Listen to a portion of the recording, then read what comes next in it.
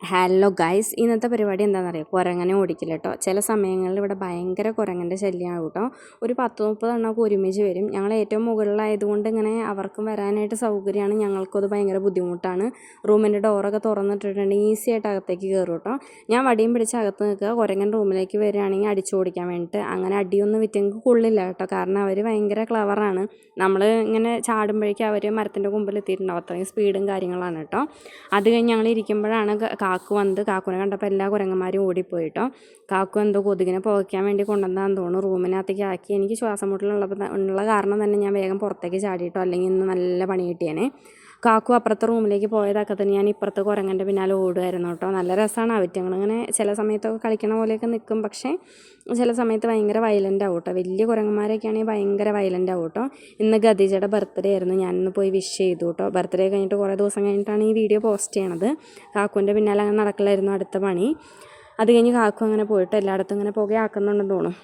കാക്ക പോയതിന് ശേഷം റൂമാണ് കേട്ടോ ആകെ പുകമയം. അത് കഴിഞ്ഞൊരു തോരനൊക്കെ സെറ്റപ്പായിരുന്നു കേട്ടോ. ഫുള്ള് ടൈപ്പ് പരിപാടികളാണ്. എനിക്കിങ്ങനെ കുറേ മെനക്കെട്ടൊരു കാര്യം ചെയ്യണത് താല്പര്യമില്ലാത്ത ആളാണ്. തന്നെയല്ല, പെട്ടെന്ന് അവസാനിപ്പിക്കുകയും വേണം. ഞാനത് ഈ കുക്കിങ് വലിയ താല്പര്യമില്ലാത്തതുകൊണ്ടുള്ളൊരു പ്രശ്നമാണ് കേട്ടോ. ബാക്കി കുറേ എക്സ്ട്രാ കരിക്കുലർ ആക്ടിവിറ്റീസിലാണ് എനിക്ക് താല്പര്യം. ഒരു ഘട്ടം കഴിഞ്ഞ് അത് മടുത്ത് കഴിഞ്ഞ് ഞാനത് നിർത്തുകയും ചെയ്യും കേട്ടോ. ഒന്നും കണ്ടിന്യൂസ് ആയിട്ട് അങ്ങനെ ചെയ്യാറില്ല. കണ്ടിന്യൂസ് ആയിട്ട് ചെയ്യുന്ന കാര്യങ്ങൾ ഫുഡ് കഴിക്കൽ, ഉറങ്ങൽ, ഇതൊക്കെയാണ് കേട്ടോ. തെറ്റിദ്ധരിക്കൊന്നും വേണ്ട, ഞാൻ നല്ല ഒച്ചയ്ക്കാണ്. അങ്ങനെ അരിയലായിരുന്നു, കട്ടിങ് ബോർഡും വെച്ച് ജാതി അരിച്ചലാണ്. ഇന്നെന്തോ പെട്ടെന്ന് കഴിഞ്ഞു. തന്നെയല്ല, എനിക്ക് കിട്ടിയ പയറിൻ്റെ ക്വാണ്ടിറ്റിയും വളരെ കുറവായിരുന്നു കേട്ടോ. പയറല്ല, ബീൻസ്. പെട്ടെന്ന് അതെല്ലാം കൂടെ അരിഞ്ഞ് സെറ്റപ്പാക്കി വൈകുന്നേരത്തിനുള്ള ഊണിനുള്ള പരിപാടിയാണ് കേട്ടോ.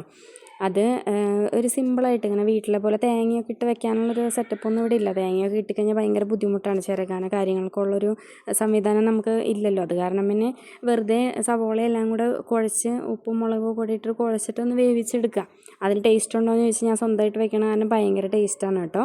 അതങ്ങനെ കുറച്ച് എണ്ണയൊക്കെ ഒഴിച്ചു. കടുക് പൊട്ടിക്കണ പരിപാടിയൊന്നുമില്ല കേട്ടോ. അതൊക്കെ ചെയ്യുകയൊക്കെ ചെയ്യാം, എന്നാലും ഞാൻ മടിച്ചായ കാരണം ചെയ്യാത്തതാണ് കേട്ടോ. അങ്ങനെ അതൊക്കെ തട്ടിപ്പൊത്തി വേവിക്കാൻ വെച്ചിട്ട് വൈകുന്നേരത്തെ ഫുഡ് കഴിക്കാനുള്ള പരിപാടി നോക്കിയിട്ടോ. അപ്പോൾ ഇന്നത്തെ വിശേഷം അത്രയേ ഉള്ളൂ guys. Thank you so much.